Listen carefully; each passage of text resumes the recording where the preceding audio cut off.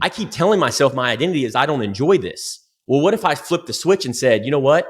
Just like I did with running, I do enjoy this. I do enjoy cooking. I do enjoy the journey of who I'm becoming to get to where I want to go.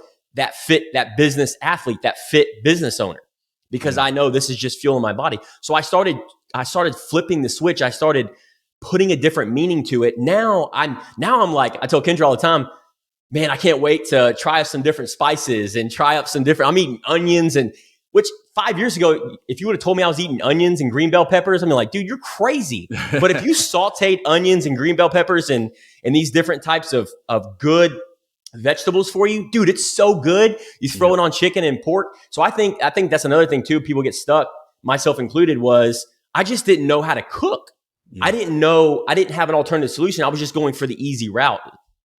I think that's a lot of it right there. Is it seems if it's something you haven't done before or something you haven't done in a long time, it almost seems impossible. People think about getting fit and they're like, that's going to take forever. That's going to be years of slaving away. When in all reality, results can come very quickly. Yep. And once they start compounding, it's much easier to maintain. And then the possibilities, very hard to think about what's possible when you can't get up off the couch yet.